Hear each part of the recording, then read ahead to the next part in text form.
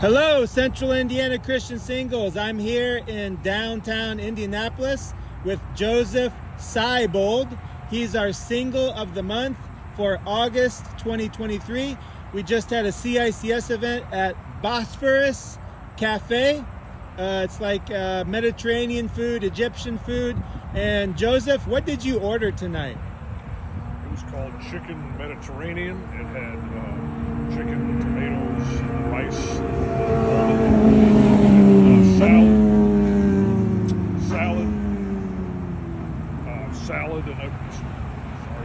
salad, chicken, tomatoes, rice, all that stuff. It was excellent. So you recommend this restaurant?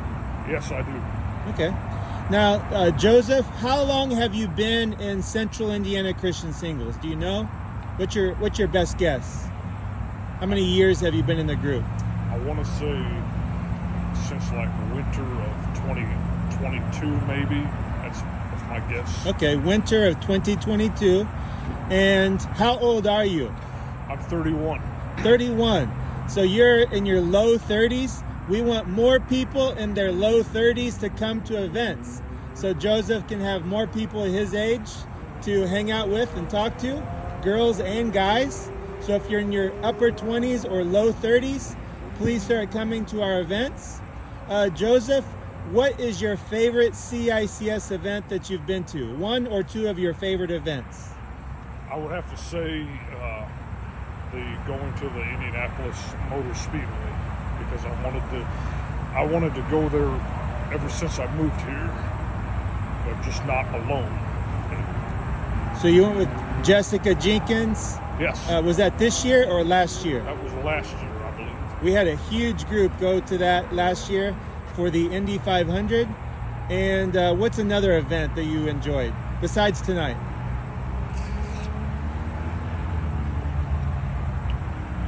Or what's an event you would like us to do in the future?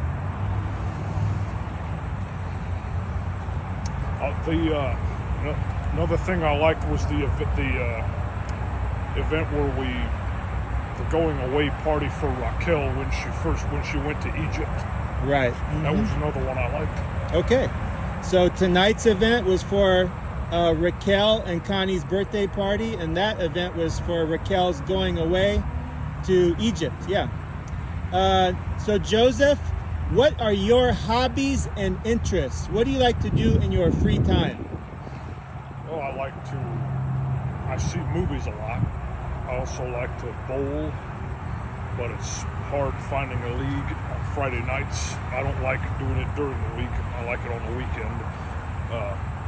I like breweries. I love beer. And then I also like to, I already mentioned that.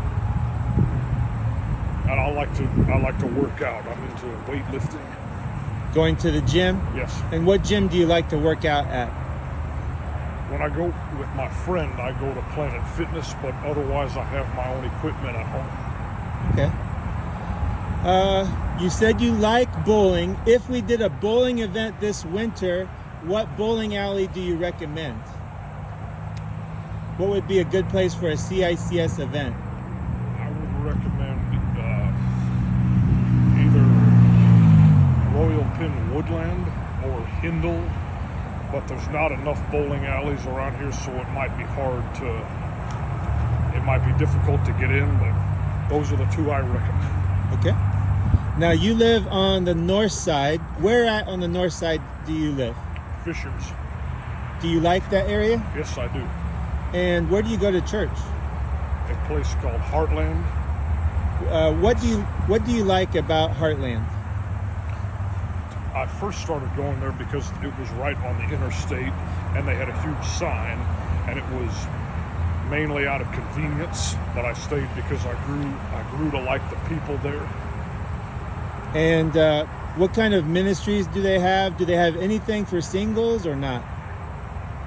Not that I know of, but I am a part of a small group for young people. Okay. And what are you guys studying? Recently, just this week, we studied James.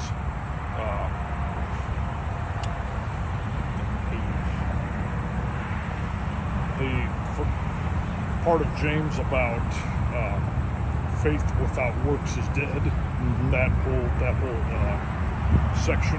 That's what we studied this past week. Okay, I love that part of James. Now, tell us, how long have you been a Christ follower? I would say since my senior year of high school, which, let's see, that was 2010-ish, so it's like 13 years. I was raised Christian, but I always looked at it as just a custom or tradition, never something personal. So you gave your life to Jesus as a senior in high school, probably around 18 years old. Yes. And who led you to the Lord, or what made you want to become a Christian at that age? It was actually more or less.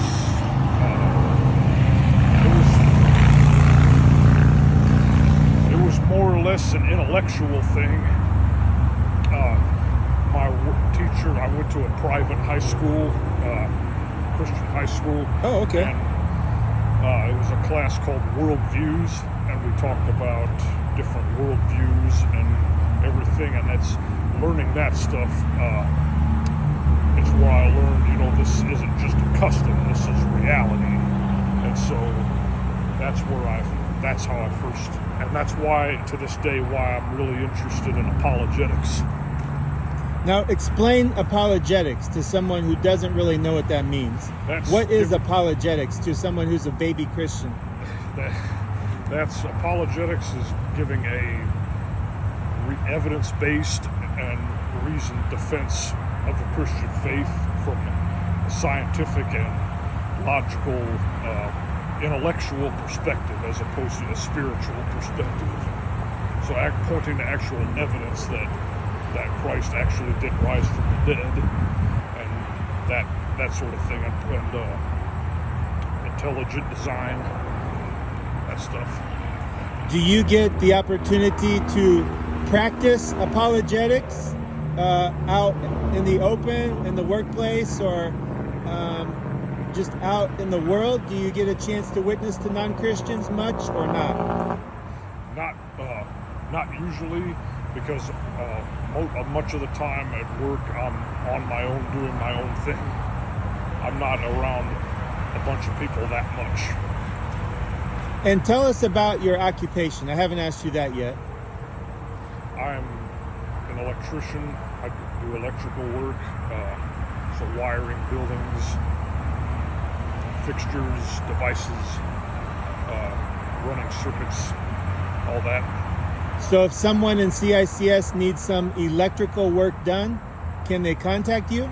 Yes, I would have to have a look first, because I never agree to do any work sight unseen. Right. You want to see it before you agree to do it. Yes. What made you want to go into that field? Actually, originally, I was interested in electronics, the hardware side of electronics, and that my interest in that kind of expanded into electrical. Okay. So that's how I got into it. And I'd like to, if possible, I'd like to get into the area of the electrical world that pertains to that. Right. What's the hardest part of being an electrician? What's the hardest part of your job? The hardest part, bar none, is knowing the code. Because I never liked math growing up, but it's funny now because math, if anything, is easy compared to knowing the code, because it's all these having to know where every code is and how to find it, and having to decipher that lawyer language. It's very difficult. Tell us about your childhood. Where did you grow up? And what was your childhood like? I grew up in Illinois, in Champaign, Illinois. That's where the University of Illinois is. The Fighting Illini, which they are a very big rival of Purdue. So probably some Purdue fans watching this, I grew up fighting Illini. Yeah. My mom worked there, in fact, and I had a wonderful childhood. I was adopted, actually, and I was an only child. My parents tried to have kids of their own, but they were never able to, and so they adopted me. They actually knew my biological family before I was even adopted. They knew my birth parents, or my birth mother at least. And how old were you when you were adopted? I was adopted at birth. Oh, wow. So, in fact, actually, my birth mother, she's Chilean, but she lives in Germany, and she did at that time. She came to where my parents lived when she was pregnant, and then until I was born, and at that point she left and went back. And my birth father was from Germany. Okay. Now, earlier you mentioned the word worldview, and that's a word that I had never even heard of until I got to college. I became a Christian right before my sophomore year in high school. I was a Christian for 3 years before I heard the word worldview, but now I encourage Christians to develop a biblical worldview. For those people who do not know, what is a worldview and why is it important? Well, it's simply put, it's how you view the world. It's what you think about life and existence. Like if you think we're all just here and just advanced animals here by sheer coincidence, which is what a more secular person would think. That's a worldview. Now, that it's not a religion person, but it is a worldview nonetheless. And likewise, if you're a Christian, you believe that, or if a Muslim or any kind of theist, and you believe we were created by God, that's a worldview too. Mm-hmm.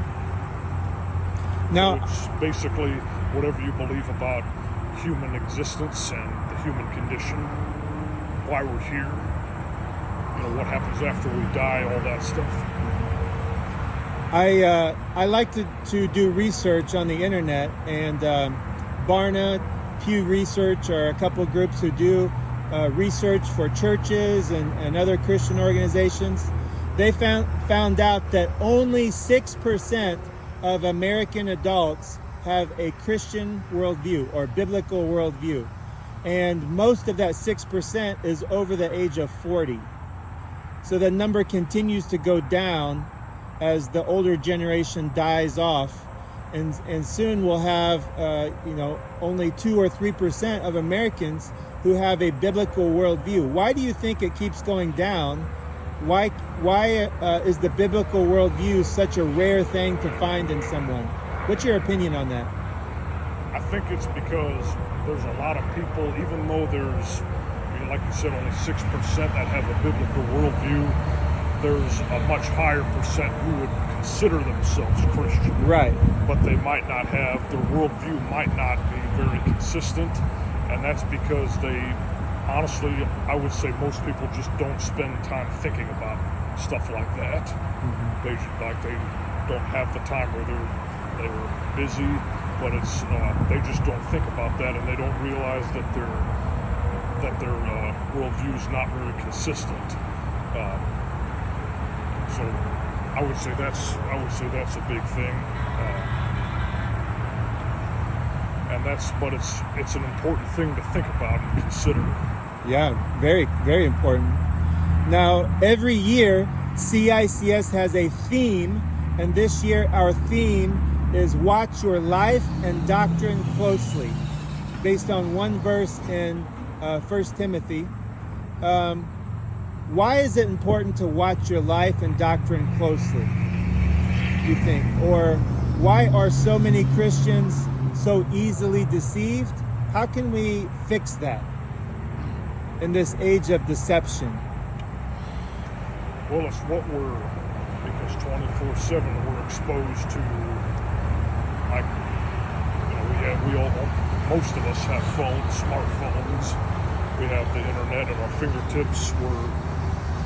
bombarded every day with all kinds of messages coming from everywhere, and I think it's most of those messages are not biblical, and I think it's very easy, unless you live in the mountains in a cabin, it's very easy to succumb to at least some of those messages, at least the ones that appeal to your base nature.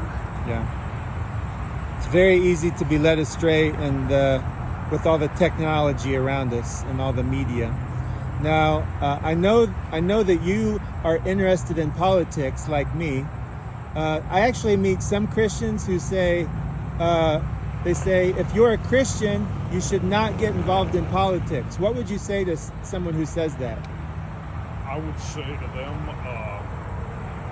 actually, this, I would tell them what I got, the same thing that I heard from a Christian apologist named Frank Turek, Turek. I like him. In fact, he has an app that you can download called Cross-Examined. Yes. And it's an apologetics app. It has podcasts and information on it. And it's a website. There's a website too, crossexamined.org, where you can look up articles and the podcasts and everything. He said his example is if you look at a picture at nighttime of Korea, and if you look at the southern part of the peninsula, there's light everywhere, and in the northern part, there's very little to no light except around the capital city. And he says that's why it matters, because if we don't, then the reason for the difference, politics. One country is run mostly according to free markets and republicanism, although its economy is still mixed. It's still run for the most part pretty close to Western ideas, and the North is communist. And just that difference, that just looking at that at the peninsula at night shows you the difference in how much those difference in policies affect those countries. Now, Or I would also add that if we don't get involved in politics, that doesn't mean that our enemies won't. Right, exactly. And that's what I always come back with is you think we should. And I agree. I've heard people too that to me it almost seems like they act as if it's almost sinful to get involved in politics. Yeah. And I guess I always say to them, I'll take my chances because I know that my enemies are not going to say the same thing. So as long as that's my philosophy, as long as those who want to strip me of my inalienable rights are involved in politics, then I'm going to be too. I agree 100%. If the ungodly people, or if godly people don't get involved in politics, the ungodly people will dominate it. And then it'll be a very dark place. Now, you said you like movies. What is your favorite genre of movies? What kind of movies do you like? I would say the two that I like horror a lot. I see a lot of horror movies. Action, and then I also like historical themed movies and Western themed movies. Though there's not that many of the latter two, most of the time, most of the movies I see are either action or horror. Mm-hmm. I'm not a very big fan of comedy, because today's comedy is too centered around offending people, and that's I don't like being the butt of the joke. And now modern day comedy, somebody of my beliefs is more often than not the butt of the joke, so I just steer clear of comedies. Okay. Unless it's action comedies, those I've found are pretty good. Yeah. What's the best movie you've seen in 2023? One of the best movies you've seen this year? It's a hard one.